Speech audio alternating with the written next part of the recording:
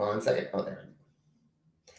Welcome back to the Jake's Take with Jacob Elyachar Podcast. I'm your host, Jacob Elyachar, the chief content producer and writer of jakestake.com, a pop culture entertainment news website. I am so thrilled to welcome back for her first time on this podcast, but the second time we're actually interviewing, and actually the first time we're actually speaking to each other. She is a Spotify verified artist with over, as of this recording, 120,000 followers on Instagram and 590,000 followers on Instagram. She's also a culture ambassador for the U.S. State Department, and she's also was named Pollstar as one of the top 25 live streamers of 2021. Please help me welcome Jessica Lynn. Hi. Hey, Jessica, it's so great to finally meet you. Same here. Really, thanks for having me. You're so welcome. So, guys, Jessica and I have interviewed each other before, but we corresponded back in 2017. So it's been 4 years since we last spoke. So, Jessica, how have you grown as a musician since the last time we corresponded? Oh, it's a lot.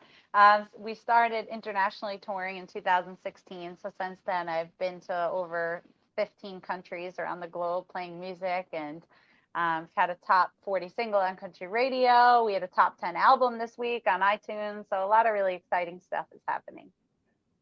Awesome. I'm so happy to hear about that. We'll get to that album in a second. So how has your songwriting evolved over the past 4 years? Oh man, I think life just happens and it inspires you, and every show that we play inspires me, and it shapes who you are as an artist and a performer and as a songwriter. So I think it's just gotten a lot more mature and a lot more in depth since the last time we spoke. Awesome. So what I love about Jessica, everybody, is that she has had the opportunity to work with to open for a lot of country names, just Brad Paisley, Keith Urban, and ZZ Top. So what were some of the lessons that you learned from them that helped you grow as a performer? I think just being in that atmosphere with like the real superstar pros and seeing how their crews work and how their catering works and everything, seeing the logistics really are what I really took away from it, how much it really takes to have an act of that size on the road.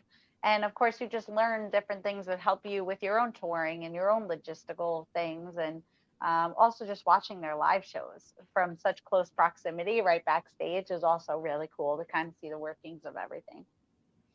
I miss live music so much, and the ability to watch it so much, because the thing is, there's a magic about live performance. I agree. I really hope that we're totally up and running again soon. Awesome. So what have been some of the challenges, speaking of live performances and like not having a year without them? So what have been some of the challenges that you faced during the COVID-19 pandemic, and how did you overcome those obstacles? Yeah, staying motivated. When we lost a world tour this year and last year, 100 different dates in 14 different countries. And it was a very, very hard hit. And I struggled with knowing what to do next, how to keep growing with no money coming in, how to keep growing without being able to tour in support of your releases. And it was like almost learning how to do everything from scratch in a way. But I did find that by really putting my mindset and being determined, like a positive mindset behind everything, that I was able to turn to live streaming, do content, find different ways to do music videos and things like that. And my career actually grew probably more than it ever has in the last year and a half because I was creative. And what I love I love the live streaming shows. It was great to see all these different people, like all these different musicians in their own element and being able to do that. So, and I connected a lot as a fan with that. So did you notice any fan interaction increase because of your live streaming? Definitely. To be a top 25 live streamer on the internet, that I still don't feel like that's real. I still feel like I'm lying when I say that. But really, there were like 60,000 to 100,000 people a week watching me sit in my living room, and it was insane to think about. And I got to know my fans on a much different level. When you do like a live show, you see them after the show, and it's my favorite part of the whole night. Like, hi, I'm Jessica. Nice to meet you. Thanks for coming. What was your favorite song? Type of thing. But when you are talking like this with them and you get to really chat. I've gotten to know them in such a better way. I feel very close to them. And they were actually a very huge part of creating this new EP that I just put out that did really well on the charts this week. So it's we've created a very special bond, I think, over this last year and a half. Awesome. I'm happy to hear about the fan interaction because I miss like taking photos and also getting to know them, like and getting to and listening to that live interaction. So I'm so happy to hear about that you're able to bond with them and build and strengthen those relationships and even exponentially expand them. It was my favorite part of the whole pandemic, honestly. Awesome. So I just listened to Reimagine and wow, wow, wow, wow, wow, wow, wow, wow, wow, wow, wow, wow, wow, wow, wow. I don't know how many wows can I say, wow to infinity. It's those, I would love to hear how you approach this extended play. And can you describe that to my audience? Thank you so much, first of all. But so it kind of came out of nowhere. When I was doing these live streams, I was doing just the regular Facebook, Instagram thing. And, after like a year of doing that, I was like, I really need to come up with something that's like a fresh thing. How many times can they watch me play Roadhouse and Now or Never? And the songs they know for me, like I need to do something different. So I had the idea to do a piano bar style live stream. Piano is actually my main instrument, but I don't play it often in the show because it's a lot easier. My live show is just very guitar driven, and I also play guitar. So I had the idea to do a piano bar style live stream where they can request anything in the moment. So I started doing these streams where they literally would write like, play Somebody to Love by Queen, and I'd have to try it right on the spot. No rehearsal, no nothing.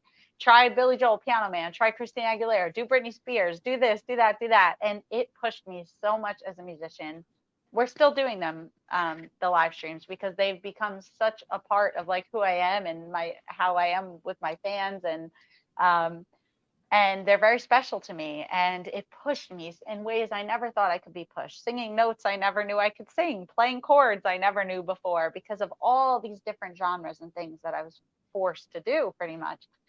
And then they started requesting different versions of my songs. So they'd be like, play Roadhouse, but make it a really sad power ballad. And on the spot, I'd have to rewrite my music. And that's how Reimagine was born. One day they said, do Not Your Woman, which is like a very sassy, bluesy rocker that I released a few years ago, as a slow power ballad. Make it really emotional. So on the spot, I literally played it, and everyone was like, you have to release that. You have to do it. I was like, maybe I actually should.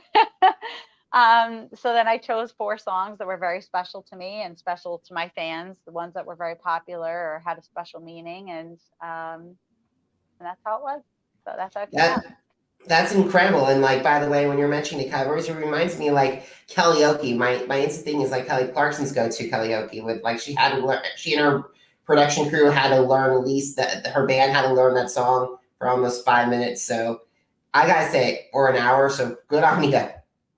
It was very fun. We had a lot of laughs. Sometimes I totally crashed and burned, but then sometimes things were amazing, and it was so fun. And honestly, really, it made me a much better singer and player. So I'm very grateful. All right, so now let's get back to Reimagine and talk about the tracks because I gotta say, Now or Never was very haunting. Thank you. That's one of my favorite. I like them all for different reasons. It's hard to pick a favorite, but it's like a kind of an 80s rocker sounding song, the original. And they requested me to try it in the live stream. And then a fan actually asked to use it as their proposal song. So it was so cool to see that. And I saw that it really connected with people. And it's a song about kind of like it's now or never, like come with me. It was very cool to see how much more meaning the lyrics took on, slower, like sung like that. It was very cool. All right, yeah, and I gotta say that proposal. So how did that? So that must have been incredible seeing your song used for a marriage proposal. It was. They sent me a video and I teared up, and it was just very, very special. That's the reason you make music, to make a difference in people's lives and to connect with them. So it's a very special moment.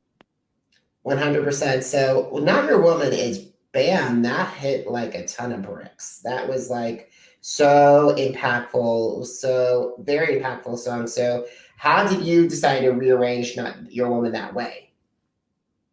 Well, again, it was kind of written on the spot. And then I wanted to rework some of the words and things like that because it's, again, it's very sassy, the original, and I wanted this to be more emotional. So I actually, when I was rewriting the words, one of my best friends recently in this last year left an abusive marriage. And I thought a lot about her and her strength.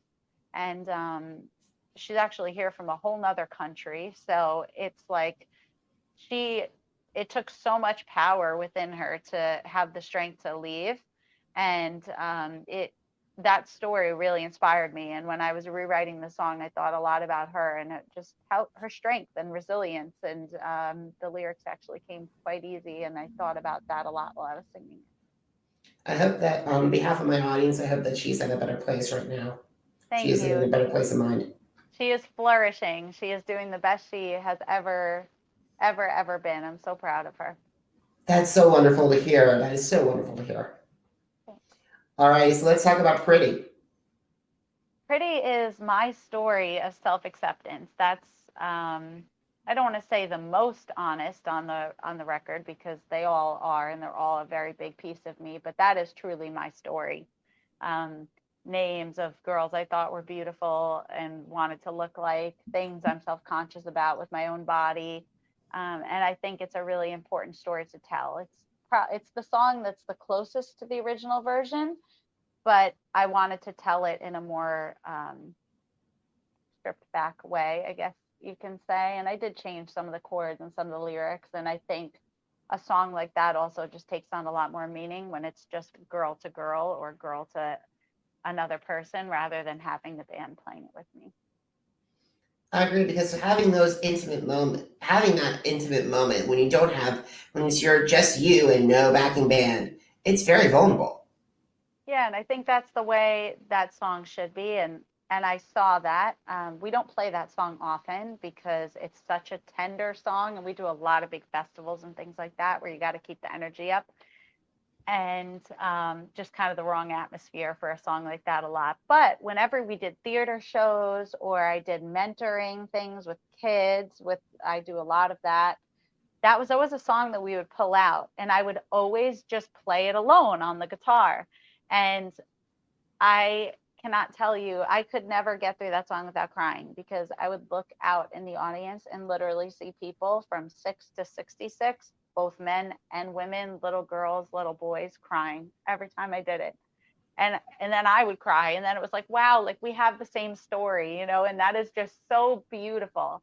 And that's what I thought about when I decided to redo the song, was that I want to tell it like that. And I want people to find hope in it like that.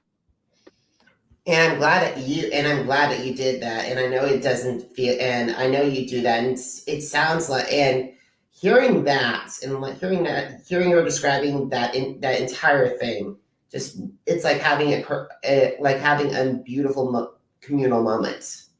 Yeah, it was very special to like see that happening out in the audience when I played it. And I always said, if I'm ever going to do this again, it's just going to be me alone telling the story. So I'm really happy I was able to include it. All right, we got to talk about the last one is Run To. That was my first pandemic single, and that song is very special to me because I really followed my gut with that release. I was very nervous to release it, as I was for Reimagined, because it was so different. Run To was kind of like Bon Jovi power ballad meets country music, I think. And I did not know if it was going to be well received. It was my first single in a while. I didn't know if people are going to be like, what is this? This doesn't sound like anything like country radio, which I've kind of proudly been wearing that badge for a while now. And that single changed my life. It was featured on CMT, Billboard, American Songwriter, did a huge write-up on it. And that taught me a lot about being yourself. I've always been myself. I've always been different. I'm an Italian New Yorker that's doing country music. But to release a song that was so different and have it so well received by people. It charted in several countries, and it was very, very special for me. And that's why I wanted to include it. And also, I feel like the story of that, the lyrics can take on many different meanings, and I really wanted them to shine through. I really saw that when I was opening for Richard Marx. Well, that's a name. Whoa, that's a big name. And he's one of my biggest inspirations of all time, songwriting and singing. And when I debuted Run To opening for him last year, and I did it acoustic. And after the show, I can't tell you how many people came out. I wrote it as a love story, and people at the merch table were telling me how it reminded them of a family member that had passed away. So many people. And for me, it was like, wow, this is really amazing that people can take my lyrics and make it something so special for themselves. And that was something I really thought about when I reworked it for Reimagine. I'm glad you selected that song. I bet Mr. Marks was very impressed. I can't believe when he came out on stage. First, it was so weird because I'm a huge fan, like huge fan. So when I was playing my set and I look over and I see him standing in the wings, like giving me a thumbs up, I was like, what is my life right now? So it was a very special moment in my career. Awesome. So speaking of Mr. Marks, who are your dream collaborators? They could be singers, songwriters, musicians, and producer. And how would they enhance your sound, Jessica? Sorry, can you say it one more time? It sounded like it broke up a little.